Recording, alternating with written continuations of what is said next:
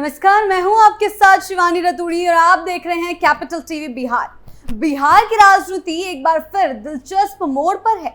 जातीय समीकरणों के सहारे सत्ता तक पहुंचने की कोशिशें तेज हो गई है और इस खेल में राजद यानी राष्ट्रीय जनता दल एक नई रणनीति के साथ मैदान में उतरी है। ताजा चाल है अति पिछड़ा वर्ग को साधने की। यह वही वर्ग है जो बिहार की राजनीति में किंग मेकर की भूमिका निभा चुका है और जिस पर फिलहाल मुख्यमंत्री नीतीश कुमार की मजबूत पकड़ मानी जाती है। राजद की यह कवायद इस बात का संकेत है कि पार्टी अब सिर्फ मुस्लिम यादव समीकरण पर निर्भर नहीं रहना चाहती, लेकिन असली सवाल यह है कि क्या नीतीश कुमार के रहते जिनकी छवि एक अति पिछड़ा नेता की रही है, राजद इस वर्ग में कोई भी सेंध लगा पाएगा। बिहार की राजनीति में यह वही वर्ग है जिसने लालू यादव को सत्ता में लाया, नीतीश को लगातार टिकाया और समय समय पर अपना मूड बदलकर सत्ता की दिशा भी तय की। ऐसे में राजद की यह रणनीति क्या सिर्फ एक चुनावी स्टंट है या फिर लंबे समय के लिए एक नई सामाजिक गोलबंदी की शुरुआत? इस रिपोर्ट में हम करेंगे इसी सवाल का विश्लेषण आंकड़ों, पुराने अनुभवों और वर्तमान समीकरणों के आधार पर, ताकि समझ सके कि बिहार की सत्ता के लिए यह नया जातीय दांव किसके लिए मौका है और किसके लिए संकट। देखिए रिपोर्ट।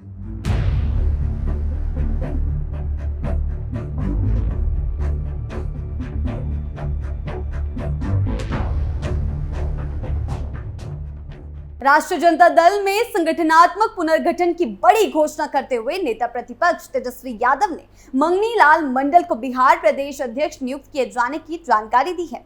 यह फैसला पार्टी के भीतर सत्ता और जिम्मेदारी के संतुलन को दर्शा रहा है। मंगनी लाल मंडल अति पिछड़ा वर्ग से आने वाले व्यक्ति हैं। उनका चयन सर्वसम्मति से किया गया है और इस मौके पर तेजस्वी यादव ने उन्हें मिठाई खिलाकर बधाई भी दी है। साथ ही सामाजिक और राजनीतिक प्रतिनिधित्व के नए युग की शुरुआत की घोषणा भी की। तेजस्वी यादव ने अपने फेसबुक पोस्ट में इस बात पर विशेष जोर दिया है कि राजद ने हमेशा समावेशी नेतृत्व को बढ़ावा दिया है। उन्होंने लिखा है कि पार्टी ने पहले अनुसूचित जाति, मुस्लिम, पिछड़ा और अगड़ा वर्गों के नेताओं को प्रदेश अध्यक्ष पद पर बिठाया है, लेकिन अब पहली बार अति पिछड़ा वर्ग से आने वाले एक अनुभवी समाजवादी नेता को यह महत्वपूर्ण जिम्मेदारी सौंपी गई है। यह फैसला एक नाम के बदलाव से अधिक है। राजद जो है सबको साथ लेकर चलने की और अति पिछड़ा वर्ग को साधने की कोशिश कर रहा है, लेकिन तेजस्वी यादव ने अपने पोस्ट में आगे लिखा है कि ये याद रहे कि देश में राजद एकमात्र ऐसी पार्टी है जिसने अपने संगठन में ही दलितों और अति पिछड़ों के लिए आरक्षण लागू किया है, ऐसा तेजस्वी यादव का कहना है। उन्होंने कहा है कि राजद जुबानी जमा खर्च नहीं करता, बल्कि नीति और नीयत दोनों से सामाजिक न्याय के सिद्धांतों को साकार करता है। उनका यह बयान स्पष्ट रूप से यह दर्शाता है कि पार्टी अब महज चुनावी समीकरणों से ऊपर उठकर सामाजिक प्रतिनिधित्व की गहराई को प्राथमिकता दे रही है। मंगनी लाल मंडल का चयन एक ऐसे समय में हुआ है जब बिहार की राजनीति में वर्गीय प्रतिनिधित्व, सामाजिक न्याय और हाशिए पर खड़े समुदाय की भागीदारी को लेकर बहस तेज हो रही है। उनके नेतृत्व में पार्टी को ग्रामीण क्षेत्रों, विशेषकर ईबीसी वर्ग के बीच नई ऊर्जा मिलने की उम्मीद जताई जा रही है और यह राजद की चुनावी मौसम में सोची समझी साजिश मानी जा रही है। विशेष वर्ग को साधने की यह नियुक्ति पार्टी के संगठनात्मक ढांचे को मजबूती भी दे सकती है, खासकर उन तबकों में भी राजनीतिक विश्वास पैदा कर सकती है जिन्हें अब तक मुख्यधारा की राजनीति में सीमित भागीदारी ही मिली थी। तेजस्वी यादव ने निवर्तमान प्रदेश अध्यक्ष जगदानंद सिंह के योगदान को भी पूरे सम्मान के साथ याद किया है। उन्होंने कहा है कि जगदानंद सिंह का कार्यकाल पार्टी के लिए न केवल कार्यकुशलता और अनुशासन की दृष्टि से प्रेरक रहा, बल्कि विचारधारा के स्तर पर भी उन्होंने पार्टी को दृढ़ता से आगे बढ़ाया। उन्होंने जो संपन्न निष्ठा और सादगी से पार्टी की जिम्मेदारी निभाई है, वह पार्टी कार्यकर्ताओं और नेताओं के लिए एक प्रेरणा का स्रोत बना रहेगा। जी हाँ, इस नई नियुक्ति के पहले रविवार को तेजस्वी यादव ने अपने आवास पर आदिवासी और बहुजन समाज के प्रतिनिधियों से भी मुलाकात की। इस संवाद में एससी, एसटी, ओबीसी और ईबीसी वर्गों से जुड़े विभिन्न मुद्दों पर गहन चर्चा की गई। इन वर्गों की सामाजिक आर्थिक स्थिति, सरकारी योजनाओं में भागीदारी, शिक्षा, स्वास्थ्य, रोजगार और प्रतिनिधित्व के मसलों पर विमर्श किया गया। इस दौरान उन्हें 30 जून को मनाए जाने वाले हूल क्रांति दिवस कार्यक्रम में शामिल होने का न्योता भी दिया गया, जिसे उन्होंने स्वीकार कर लिया। हूल क्रांति दिवस झारखंड और बिहार के आदिवासी इतिहास का एक गौरवशाली अध्याय है। तेजस्वी यादव का इस कार्यक्रम में शामिल होना यह संकेत देता है कि राजद अब सामाजिक न्याय के साथ साथ सांस्कृतिक पुनरुत्थान और ऐतिहासिक गौरव को भी अपने राजनीतिक विमर्श का हिस्सा बना रहा है।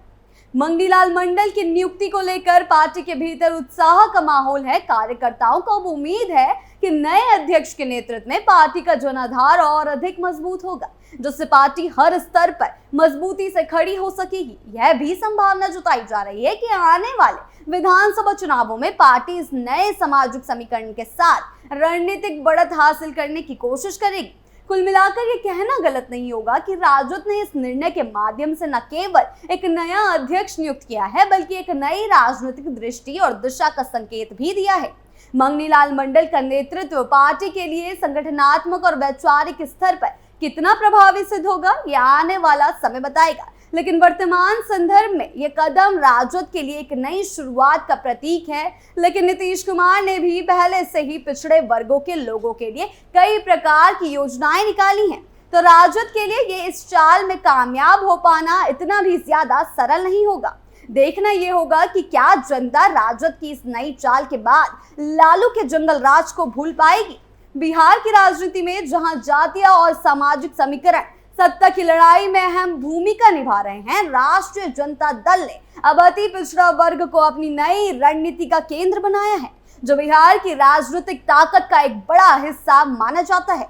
यह वही वर्ग है जिसने पहले लालू यादव को सत्ता में पहुंचाया, फिर मुख्यमंत्री नीतीश कुमार की सरकार को मजबूती दी और समय समय पर अपनी राजनीतिक प्राथमिकताओं के अनुसार सत्ता का रुख भी बदला। हालांकि चुनौती भी कम नहीं है। मुख्यमंत्री नीतीश कुमार इस समुदाय में मजबूत पकड़ रखते हैं। ऐसे में राजद के लिए देखना महत्वपूर्ण होगा कि क्या वह इस वर्ग के भीतर अपनी पैठ बना पाता है और अपने राजनीतिक दावों को साकार कर पाता है, या यह रणनीति केवल चुनावी माहौल में एक शोरगुल भर साबित होगी। राजद की यह चाल इसलिए भी महत्वपूर्ण है क्योंकि ये बिहार की राजनीति में सामाजिक गठबंधन के नए स्वरूप की संभावनाओं को जन्म दे सकती है।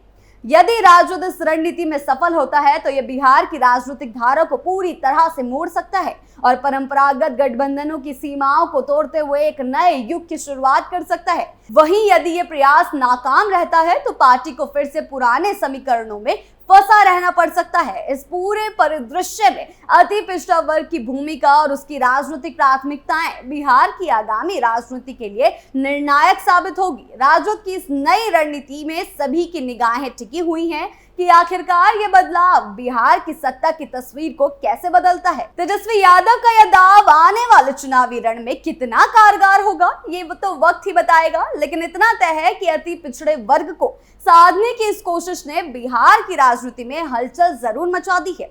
मंगनीलाल मंडल की ताजपोशी सिर्फ एक नियुक्ति नहीं, बल्कि सामाजिक संतुलन की नई पटकथा का आगाज है। अब सभी की निगाहें और सभी की नजरें राजद की इस नई रणनीति पर टिकी हुई है। आपको क्या लगता है, हमें कमेंट सेक्शन में जरूर बताएं। वीडियो अच्छी लगी हो तो लाइक शेयर करें और चैनल को सब्सक्राइब करना ना भूलें। नमस्कार।